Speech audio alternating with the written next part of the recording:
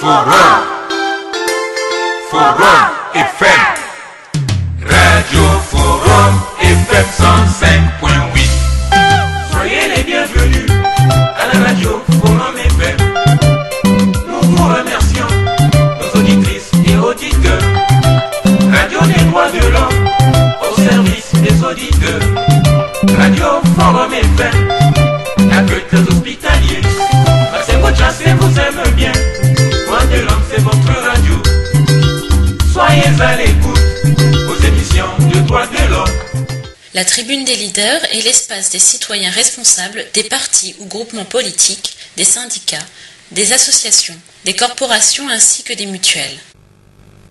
Vous écoutez la Tribune des leaders, un programme de Radio Forum, la radio des droits de l'homme, la voix des sans-voix, pour faire avancer la liberté d'expression et d'opinion dans la route de l'état de droit. C'est cela, la démocratie.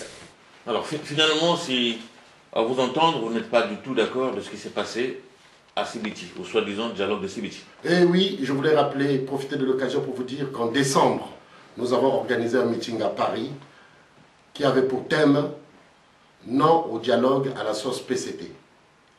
Non au dialogue à la sauce Sassou Nguesso.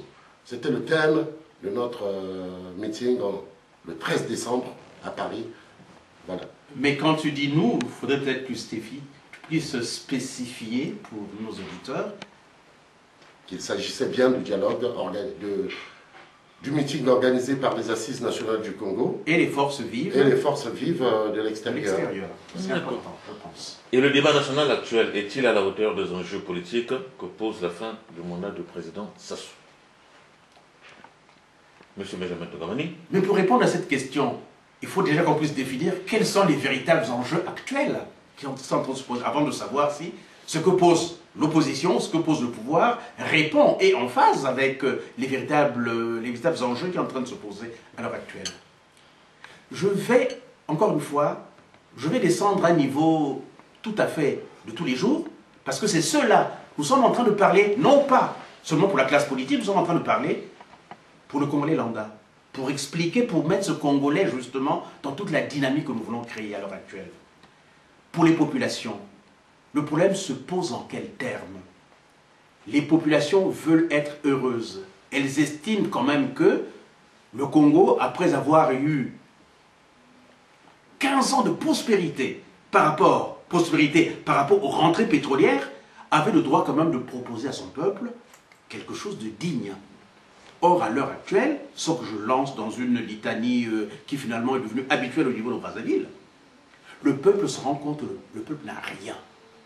Les élèves n'ont rien, les jeunes ne savent pas ce que sera demain. Aujourd'hui, le paysan ne sait pas vraiment s'il peut profiter du pétrole qu'il peut y avoir, et pendant ce temps, le clan, au niveau du pouvoir, a une position vis-à-vis des populations qu'une position insultante à l'heure actuelle. Ça, tout le monde le sait. Tout le monde voit les 4-4. À titre de rappel, je vous rappelle qu'un 4-4, c'est une école. Un 4-4, c'est un hôpital, c'est un dispensaire. Et les gens de pouvoir se baladent avec ça. Donc pour revenir à mon sujet, je dirais que pour les populations, 2016 doit être la fin d'un système et le départ de quelque chose de tout à fait nouveau. Allons maintenant au niveau de la classe politique. Je sais qu'il y a une redistribution qui est en train de se faire au niveau de la classe politique, puisque nous voyons très bien qu'il y a des gens qui ont appartenu hier à la majorité présidentielle, qui sont en train de rejoindre la grande dynamique, c'est tant mieux. Les autres problèmes que ça pose, on en parlera par la suite. Mais disons que la classe politique estime effectivement qu'il faudrait qu'on reparte dans une autre dynamique. Une dynamique qui pourra permettre effectivement aux hommes politiques d'être en phase avec leur population. Mais il y a une troisième donnée, c'est nous. Pour nous, c'est quoi ce mouvement? Cette grande chose qui est en train de se faire. Nous estimons que 2016 doit être le point de départ de quelque chose d'autre. Il doit y avoir une rupture systémique. C'est-à-dire qu'il faudrait qu'on puisse repartir vers un système qui fera que demain, le problème de la corruption, le problème de l'impunité, le problème du développement et le problème des institutions au service de la population soient reposés.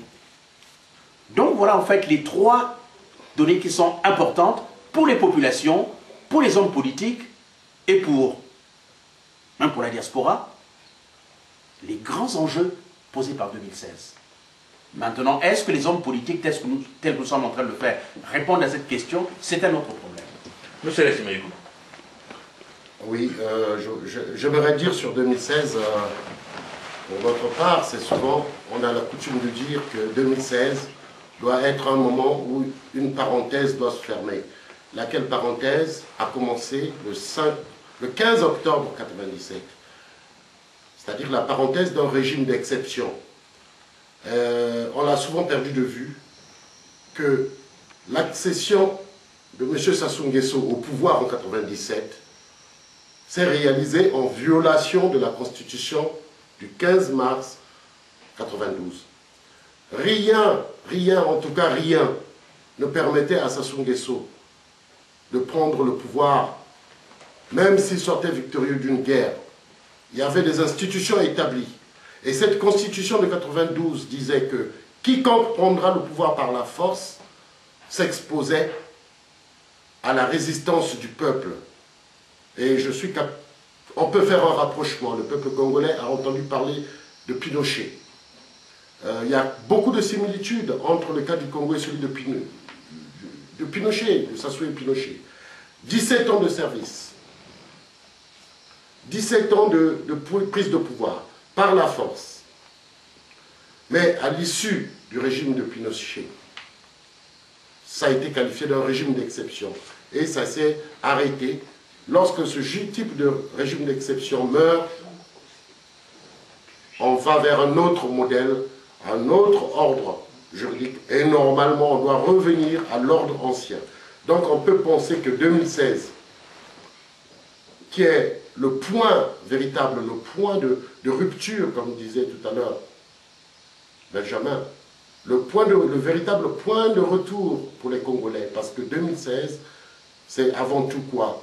Sortir de l'état de régime d'exception qui a favorisé les inégalités. Là, je voudrais rappeler que récemment, le pape François, qui parle des inégalités dans le monde, des souffrances des populations, nous rappelle en substance qu'il n'y a pas que le terrorisme, il n'y a pas que la terreur, les meurtres qui sont la cause des malheurs des peuples, mais il y a aussi l'existence des structures injustes, des structures économiques injustes qui justifient aujourd'hui le malheur des peuples.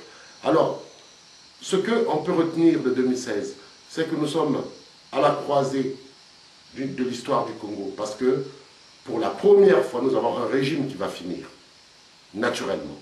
Depuis l'indépendance, aucun régime n'est arrivé à son terme de façon naturelle. C'est la première fois dans notre pays qu'un président va épuiser les mécanismes que prévoit la Constitution. 2 mandats, au-delà desquels il doit partir.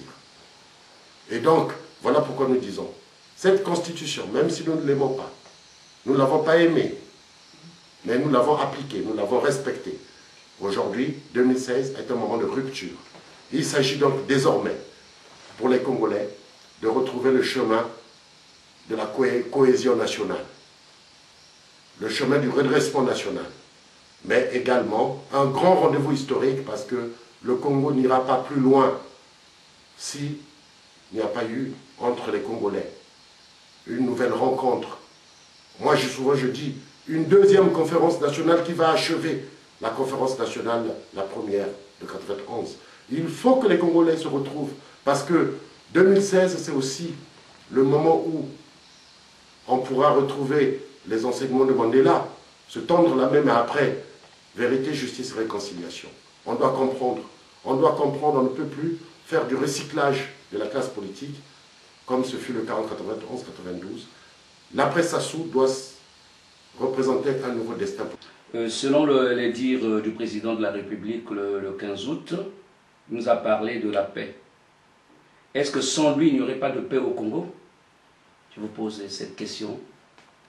Oui, mais vous voyez-vous bien, tout à l'heure je vous parlais de Pinochet. Ça c'était pour expliquer comment il accède au pouvoir. Comme Pinochet, il instaure un régime qui bafoue le régime qui était là. Mais aujourd'hui, c'est encore pire, parce que ce que Sassou nous prépare, c'est de nous montrer qu'il est dans le cheminement de Kim Il-sung, en Corée du Nord. il veut créer sa succession. Tout ce tralala qu'il nous a raconté, tout son discours, qui est très faux d'ailleurs sur le plan de la vérification statistique de ce qu'il a raconté, mais l'enjeu pour Sassou, c'est instaurer un régime à la Poutine, je veux dire, mais c'est surtout à la Kim Il-sung. Sassou s'en va, c'est son fils qui le remplace.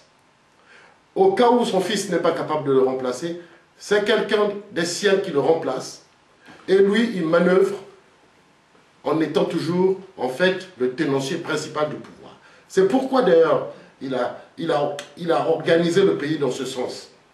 La justice, ce sont ses parents, ses amis. Depuis le Conseil constitutionnel jusqu'aux tribunaux. L'administration locale, les préfets, les sous-préfets, ce sont ces, comment on dirait même, ces sujettis, assujettis. Ces sujets. On peut continuer. L'armée. L'armée. Le nombre de généraux nommés depuis 1997. Faites l'équation, tous les Congolais le savent, tous les Congolais le voient dans la rue, que l'armée est aujourd'hui 60% des généraux sont originaires, 60 à 80% des généraux nommés, enfin 60% de ceux qu'il a nommés lui, sont originaires de la contrée environnante d'Oyo. La cuvette, il faut le dire. De la cuvette. Mais la cuvette, quelle cuvette? La cuvette qui s'approche de l'Alima, les pays de l'Alima. Que peut-on dire d'autre? Les ambassadeurs dans le monde. Vous pouvez les compter. Ceux qui sont dans les grands pays, ils sont choisis, non pas sur la base de leurs compétences, mais sur la base de l'allégeance au système. C'est vraiment des gens fraîchement évolués du système PCT. Alors, Brazzaville, parlons-en. Pointe-Noire, parlons-en. Où sont les jeunes qui représentent les 6% qu'il a évoqués? C'est grave, très grave. 6% de chômage au Congo. Alors que les dernières statistiques du PNUD en 2014 parlaient de 53% de la population active au chômage. Parce que sur ces questions de chômage, par exemple, on peut imaginer que certainement le président Sassou a lu les fiches d'emploi, les ordres, parce que certainement qu'il avait donné des ordres que aucun enfant d'Oyo ne doit être au chômage, aucun enfant de la cuvette ne doit être au chômage. Et comme ça, on lui a rapporté les statistiques d'Oyo, les statistiques des gens de sa famille. Effectivement, dans sa famille, certainement, il n'y a même plus de chômage, puisque les sans-emploi de sa famille sont nommés à des hautes fonctions d'État. Alors que tout le Congo, le reste du Congo, Sassou ne le connaît pas. Sassou ne sait pas. Pointe-Noire, prenons la ville de Pointe-Noire, Sassou ne sait pas. Alors, nous avons là donc une lecture partielle et partielle, volontairement entretenue, une autocongratulation. Je termine sur ce volet du chômage. Parce que, vous savez, nous savons que les cadres du Congo, même des plus intègres qui travaillent au Congo aujourd'hui, ne peuvent rien devant le diktat du pouvoir en place. Lorsqu'ils sont militaires, lorsqu'ils sont gendarmes, des cadres honnêtes, ils ne peuvent rien lorsque les recrutements sont faits sur liste, depuis le palais. Ils ne peuvent rien. Ils subissent eux aussi cette torture. Nous le savons lorsque les entreprises recrutent, mais nous le savons aussi lorsqu'il y a des concours. Prenons le cas de l'école des enfants de troupe. Est-ce qu'on peut dire que tout se passe comme il devait? Non. Nous savons qu'à Brazzaville, il y a plein de jeunes, à Brazzaville, de jeunes filles qui souhaiteraient faire carrière à la police, à la gendarmerie, et qui auraient aimé être recrutées naturellement comme les autres. Mais d'où vient-il que la majorité des jeunes dans les quartiers sont dans la rue? Et on l'a vu, on le voit, lorsque les jeunes manifestent dans la rue, on le voit. Voilà. Donc nous considérons que nous sommes là devant un système très injuste. Les réalisations économiques ne sont pas forcément du développement. En fait, c'est la poudre aux yeux des populations. Tout n'est pas développement. Tout investissement, il y a des investissements improductifs. Lorsqu'on a construit des maisons de préfets, ce n'est pas du développement. Lorsqu'on a construit le palais du président partout, il y a eu une municipalisation accélérée, ce n'est pas du développement. Lorsqu'on commande des tables-bons, 240 000 tables-bons à l'extérieur du Congo, on importe des tablements, on veut tuer les menuisiers du pays.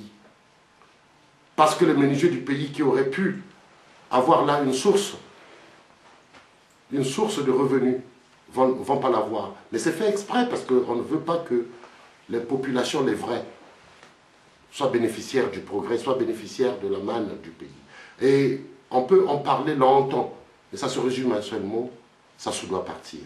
Et le Congo se retrouvera après lui. Moi, il y a une réponse que je voudrais donner à la question que tu as posée. C'est une question qui est très importante.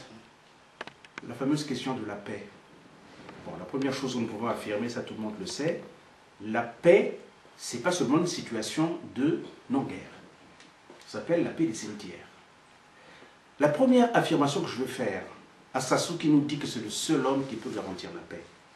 Avez-vous vu au Congo un seul conflit dans lequel le nom de M. Sassou Nguesso ne soit pas cité? Je vous mets au défi de me parler de ça. Ngouabi, la situation de la mort de Ngouabi qui a déstabilisé le Congo entier. Y avait-il le nom de Sassou? Oui ou non? Il y avait le nom de Sassou. Parlons de 97 quand il y a eu le coup d'État. Parlons même des ninjas. Quels sont les premiers responsables qui ont livré les armes aux ninjas? Ce n'est pas M. Sassou Nguesso. Parlons de 97 du coup d'État. Ce n'est pas M. Sassou Nguesso. Non, je vous pose la question de savoir tout simplement de me citer un conflit qui a eu au Congo où il n'est pas M. Sassou Nguesso. À l'heure actuelle, j'ai entendu M. Ngolo, secrétaire général du PCT, nous dire que l'opposition, donc nous par la même occasion, parce que je me réclame de l'opposition, que nous étions en train de préparer les conditions pour la guerre civile. Comme si le fait de dire non au changement de la Constitution était un élément suffisant pour faire la guerre. Mais au Congo, qui a les armes? Qui sait qui a les armes au Congo? C'est pas M. Sassou Nguesso? Est-ce que l'opposition a des armes? Est-ce que M. Landa a des armes? Non, je ne pense pas. Donc je pense que ce problème de la paix est un gros piège dans lequel on veut mettre tout le monde en disant que seul M. Sassou Nguesso est capable de garantir la paix. Il y a une anecdote que je vais vous raconter. Même en termes tout simplement de ce que les populations peuvent estimer comme être quelque chose d'important. M. Mitterrand I passe. Qui est président au Congo? M. Sassou Nguesso. M. Mitterrand II est au pouvoir. Qui est président au Congo? M. Sassou Nguesso. M. Chirac I est président en France. Qui est président au Congo? M. Sassou Nguesso. M. Chirac II est au pouvoir. Qui est président au Congo? M. Sassou Nguesso. M. Sarkozy I est au pouvoir. Qui est président au Congo? M. Sassou Nguesso. M. Hollande arrive et qui est président au Congo? M. Sassou Nguesso. On allait nous faire comprendre, des gens comme les Manoukou et les autres, hein, Manoukou qui est président, je crois, du PCT au niveau du pôle, enfin, bref, a l'air de nous dire effectivement que Sassou Nguesso c'est la grande chance du Congo. Sans Sassou Nguesso, rien n'est possible. Je veux vous dire, dans la vie de système démocratique, on a prévu deux choses. La première chose sont les élections, ça s'appelle un verrou. C'est-à-dire que si le peuple a mal choisi son président, dans les élections prochaines, ce peuple peut arriver par les élections à pouvoir le gérer. Premier verrou. Le deuxième verrou, c'est celui du nombre de mandats. Si le peuple s'est trompé et si éventuellement une autre élection n'arrive pas à changer le président, il y a le nombre de mandats qui permet à tous les Congolais de pouvoir essayer. Droit dans les yeux, je parle aux Congolais, je parle aux intellectuels, je parle à l'homme de la rue. Vraiment, vous êtes persuadé que le seul homme qui est censé apporter le bonheur au niveau du peuple, c'est Sassou Nguesso? Et qu'est-ce qui va se passer quand Sassou Nguesso va mourir? Donc, tout ça, c'est un développement dans lequel les gens ne doivent pas tomber. Je pense que c'est un piège grossier et étendu en nous donnant l'impression que M. Sassou Nguesso est le sauveur au niveau du pays et que sans lui, rien n'est tout à fait possible. Je vous dis tout de suite, je vous dis que le problème de la paix au Congo, comme le problème du fameux goût du sang, vous vous rendez compte, un président qui fait un discours à une région et qui nous reparle encore du goût de sang, et vous estimez que ce président est le président de la paix? Non, moi je n'y crois pas. Je dis tout simplement que le problème de la paix est un épouvantail qu'on est en train de secouer, notamment pour certaines régions qui ont connu le problème de la guerre, pour leur dire, si vous continuez à aller dans ce sens-là, nous avons les armes et nous pouvons faire la guerre. Donc pour moi, c'est un non-problème. Ceci dit, pour cette question de paix, D'ailleurs, je relève d'ailleurs, c'est terrible parce que en fait, le Congo n'a la paix que quand Sassou Nguesso est au pouvoir. Mais il ne peut pas se faire un coup d'État contre lui-même. C'est pourquoi il y a la paix. Lorsqu'il est au pouvoir, c'est lui qui habituellement perturbe les autres. Mais comme il est au pouvoir, il ne peut pas se faire un coup d'État contre lui-même, il y a la paix. Mais c'est une fausse paix. Il faut le souligner. Que les Congolais ont été conduits à juger la paix en fonction simplement des morts par fait d'armes militaires. Mais les faits d'armes militaires, c'est pas là où le Congo a le plus de morts. Lorsqu'on néglige les hôpitaux, lorsque les Congolais pour se soigner doivent manquer de 3 000 francs pour être admis à un moindre service hospitalier, lorsqu'ils ne peuvent pas payer les ordonnances, c'est le nombre de morts. Hier encore, j'entendais parler de cette morgue qui est luxueuse à Brazzaville. La morgue est devenue le lieu le plus intéressant pour la ville de Brazzaville parce qu'il y a trop de décès. Et les décès par défaut de soins, les décès par d'ailleurs un peu la déstabilisation des familles que pose la question de la pauvreté. Des familles où les filles sont condamnées à parcourir les rues de Brazzaville pour nourrir les leurs. Vous êtes dans une situation où les cadres partis à la retraite il y a 10 ans, les bons cadres congolais partis à la retraite il y a 10 ans, sont obligés aujourd'hui de quémander, ont des enfants qui ne peuvent pas aller aux études. Le Congo, la paix de Sassou, c'est cette paix où le poule a été détruit en 98, 99, 2000. Nous avions des générations d'enfants qui avaient 6 ans, 10 ans à ce moment-là, qui n'ont pas pu repartir à l'école. Et qui, aujourd'hui, en l'âge de 25 ans ou 23 ans, n'ont pas connu l'école. C'est le chômage chronique pour ces enfants-là. Le véritable danger de la République, c'est celui-là, où on a déstructuré les familles, à tel point qu'aujourd'hui, ils nous ont fait l'illustration. Comment peut-il parler d'un homme de paix pour la nation s'il ne peut pas assurer la paix d'une famille, celle des Kolela? Lorsque la paix d'une famille comme celle de Kolela, où un grand frère et un petit frère vont s'entretuer, c'est lui, sous son égide, c'est lui qui commande ça. Il commande donc qu'une famille se déchire. Comment quelqu'un qui ne peut pas assurer l'unité d'une famille peut-il assurer l'unité d'une nation? Monsieur Benjamin Tungamani, monsieur Alexis Melikou, tous les deux, quand vous êtes présentés, vous avez passé à la conférence nationale. Et si nous parlons de devoir de mémoire, on va arriver à l'anniversaire de celui qui a dirigé la conférence nationale. Est-ce que vous avez un mot à dire par rapport à ça? Notamment le Monseigneur Ernest Nkombo. Monsieur Melikou. Bon, qu'est-ce qu'on peut dire? On peut dire que nous avons perdu exactement quelqu'un qui était aussi un témoignage. Monseigneur Nkombo, sa disparition est quand même une vraie perte. Parce que la mémoire collective se souviendra qu'il a essayé de sauver le soldat Sassou. Il l'a sorti de la pression qui était celle de la conférence nationale. Et là, je vais me référer à son discours lorsqu'il enterrait Monseigneur l'archevêque de Brazzaville, où effectivement il réévoquait ce fait-là, qu'il avait cru au pardon. Il avait cru que les hommes politiques étaient capables de comprendre et de se réajuster. Il était très déçu. Il était déçu de Sassou parce qu'après il y a eu la guerre. La conférence nationale, on ne va pas dire plus. C'est pourquoi d'ailleurs nous n'aimons pas le dialogue de Sibiti, parce que la conférence nationale a été une tentative au départ du PCT par la surreprésentation de ces groupes. Sur 67 partis politiques, il y en avait 36 qui étaient issus du PCT à la conférence nationale.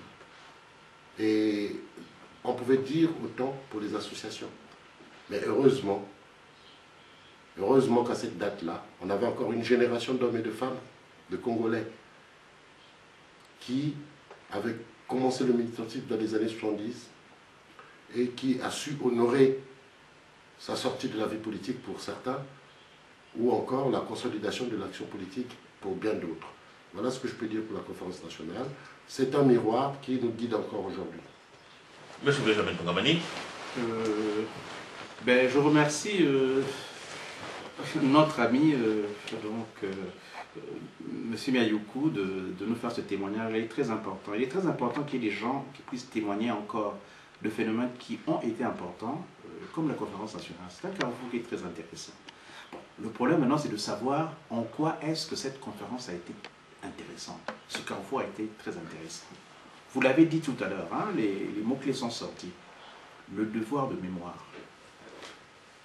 Moi, je poserais naïvement tout simplement la question de dire, pouvons-nous refaire le deuxième carrefour, hein, j'appelle 2016 un carrefour, pouvons-nous arriver au carrefour de 2016 sans qu'on ne puisse évoquer le problème de la mémoire collective, des assassinats de sang, des assassinats financiers qui se sont passés et que la conférence n'a pas pu régler. En ça, vous l'avez dit tout à l'heure, je pense que 2016 est une occasion pour nous de réintroduire le problème du devoir de mémoire, parce que tous ces morts, tous ces fils, tous ces petits frères qui avaient 18 ans, qui avaient 20 ans, qui ne verront plus le soleil, qui sont partis, ne doivent pas être pour nous pertes et profits. Nous sommes en train de travailler pour nos enfants. Nous sommes en train de travailler pour nos petits-enfants. Mais il faut que nous pensions également à tous ceux qui sont morts. Je vous dirais tout simplement que le problème du devoir de mémoire, il est actuel. Pour nous, 2016 ne doit pas avoir lieu sans que ce problème de 2016 ne soit ressuscité. Et en ça, je pense que mon ami M. Miayoukou, qui a fait dernièrement, dans le cadre des assises, je pense, vous avez fait une manifestation dans le cadre du devoir de mémoire, je pense que tu peux nous parler de ce que nous pensons être la future opération, réconciliation et vérité. Oui, effectivement, parce que les enjeux du Congo, imaginons le Congo en 92. Tchister Tchikaya s'est crié au sein de la conférence nationale, plus jamais ça, plus jamais ça. Ça quoi? Il faut que les Congolais se souviennent. Plus jamais ça, c'était les morts inutiles. Peut-on expliquer que dans un pays, et ça, les nouvelles générations l'oublient, les jeunes d'aujourd'hui à Brazzaville, ils l'oublient, à Pointe-Noire, ils l'oublient, on ne leur explique pas. On a essayé de gommer cette partie de l'histoire dans ces 15 dernières années. Il faut qu'ils le sachent, qu'il est arrivé dans notre pays, qu'un président de la République meurt dans son palais, en pleine journée, qu'il y ait après des exécutions d'hommes et de femmes congolais qui n'ont pas bénéficié de la justice qu'il fallait, qu'il y ait des cours d'exception où on juge les gens dans les 48 heures, pas d'enquête. Je me souviens à la conférence nationale, j'entendais encore Nicolas qui explique un certain nombre de choses. Je me souviens du docteur Koukamema. Je me souviens de tous ces hommes et toutes ces femmes qui témoignent. Mais les Congolais doivent se rappeler qu'il y a le lieutenant Moro, qu'il y a des pauvres soldats qui étaient là présents, ont été exécutés 2 jours après. Mais pire, vous avez un chef d'État, un ancien chef d'État, Massamba Deba, qui est jugé lapidairement, exécuté. Mais le minimum des droits de l'homme, même les morts ont des droits. Et dans nos sociétés bantoues, la dépouille mortelle, c'est quelque chose d'essentiel. Les familles ont le droit de... C'est incroyable. Il faut que la mémoire collective s'en souvienne. Que voilà des hommes assassinés par l'État qui n'ont pas de sépulture, qui n'ont pas de cimetière vulgairement. Même les terroristes, on le voit en France ici. Les pires des terroristes ont des tombes. Les corps sont remis aux parents. Là, on ne sait pas. On va continuer comme ça. Vous nous parlez de présidents qui n'ont pas de cimetière. De quel président vous parlez? Je parle bien du président Massamba Deba, mais pas seulement lui. Est-ce que les Congolais savent que beaucoup plus tôt, les valeureux Congolais comme Franklin Bukaka que tout le monde chante. Franklin Bukaka que tout le monde connaît en Afrique, que tout le monde chante. Mais pour On n'a pas de cimetière. Oui, pour aller dans ce sens-là, on parlerait tout simplement de la mort de Diawara. Ange Diawara. Est-ce que vous admettez le fait qu'après que Ange ait été exécuté à l'état-major de Brazzaville, qu'on traîne son corps au stade de la Révolution, au stade Massamba, non, au stade de la Révolution, ça s'appelait à l'époque, au stade de la Révolution, c'est pas normal. Donc il existe tout un pan, effectivement. Nous ne disons pas que nous allons ressusciter des tas de choses qui vont gêner l'unité nationale, c'est le contraire. Les gens, très très souvent, quand ils s'adressent par exemple à la PCCI, ils disent oui, vous allez ressusciter les problèmes que les Congolais veulent oublier. Non, non, non, non. Un peuple ne doit jamais oublier. Un peuple peut pardonner, a presque le devoir de pardonner, mais un peuple ne doit pas oublier. Ce qui s'est passé reste pour nous dans notre coin, et je reviens là-dessus. La seule façon de pouvoir garantir l'unité nationale, c'est effectivement de faire la vérité. Parce que les tas de choses sont passées. Regardez Anga, regardez Kimwara Kaya. Autant de scandales de sang qu'il y a pu y avoir au niveau de Brazzaville, qu'il faudrait un moment que les gens s'asseyent en disant, sans vouloir torturer les gens, sans vouloir emprisonner les gens, on va dire, on va s'asseoir, il y a des responsabilités à établir, c'est tout. Oui, surtout que ça va lever une grande confusion. Parce qu'on a l'impression que derrière ces morts, on a voulu opposer soit des régions contre une autre. C'est parce qu'il y aura des responsables, des vrais responsables. C'est parce qu'on saura montrer qu'il y avait des responsables qui ont été à l'origine de tout cela, que ce n'était pas tous ceux qui étaient militaires qui étaient fautifs. Ce n'étaient pas tous les hommes politiques qui étaient fautifs dans ça. Il y a des gens qui portent en eux les stigmates de cette violation, de cette indignité nationale. Alors, il faudrait revenir, pour revenir à la question, c'est que le devoir de mémoire, c'est aussi les bonnes pratiques. Parce que vous avez deux catégories. Il y a les mauvaises pratiques, ceux dont on vient de parler là. Mais vous avez également les bonnes pratiques. Lorsque Opango, quand Youlou chute, lorsque Opango est solidaire de l'abbé Fulbert Youlou, il s'agit là d'une bonne pratique. Il faut qu'on s'en souvienne qu'il fut un temps où l'abbé Fulbert Youlou partit. Nombreux sont les Congolais qui l'oublient qu'Opango, 63, il meurt en 1978. Mais plus personne n'a entendu parler de Jacques Opango dans la vie politique congolaise. Pourquoi? Alors qu'il aurait pu faire comme tout ce qu'on voit là qui se recycle. Il aurait pu se recycler pour devenir ministre de Ngouabi ou Assemblée nationale. Mais c'est les bonnes pratiques. Ikoko Diawara, c'est des amis, pas seulement, ce n'est pas les liens de sang, c'est des liens d'idées. Ils partagent une cause commune. Ils se tiennent la main dans la main jusqu'à mourir au même endroit, ensemble. Ceux qui font ça, ils sont de toutes les ethnies aussi. Ceux qui vont châtier ses compatriotes. Nous avons des bonnes pratiques dans Marie Ngouabi, à certains moments. Quand Marie Ngouabi fait sa conférence du 12-12, où il se rend compte que le mal n'était pas comme on le disait chez l'impérialiste, mais que le mal était dans son propre parti. Le discours du 12-12 de Marie Ngouabi rend compte de ce qui est devenu la marque de fabrique du PCT après, les détournements de deniers publics, la gabégie, les mauvaises compétences. En tout cas, une chose est sûre, c'est que, puisque les Congolais attendent ça, nous pouvons affirmer aujourd'hui qu'il y a deux problèmes qui sont des problèmes d'actualité. Il s'agit du procès qui est en cours au niveau de la France ici par rapport au disparu du Beach.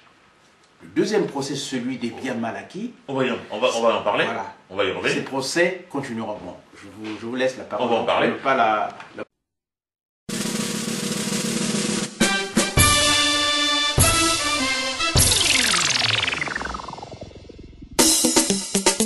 Autorité du Congo, écoutez la voix du peuple martyrisé. La jeunesse de ce pays ne comprend ni vos discours ni le sens de vos actions. Quittez la scène pour faire place à une nouvelle gouvernance. Cadre intellectuel, aidez le peuple à retrouver sa souveraineté. Montrez-vous digne du sens patriotique pour votre pays qui vous a tout donné.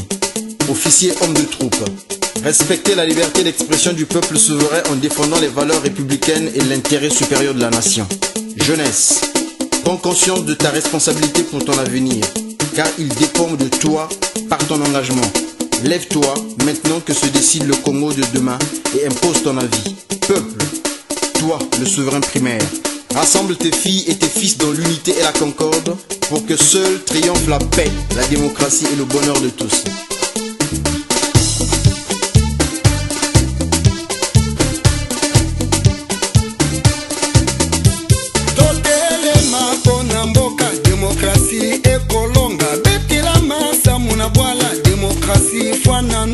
Disons-le haut et fort, disons-leur qu'ils entendent de changer la constitution et pourquoi maintenant? Ensemble comme une MIFA, disons nos troisième mandat. Changement et constitution, même de la révision.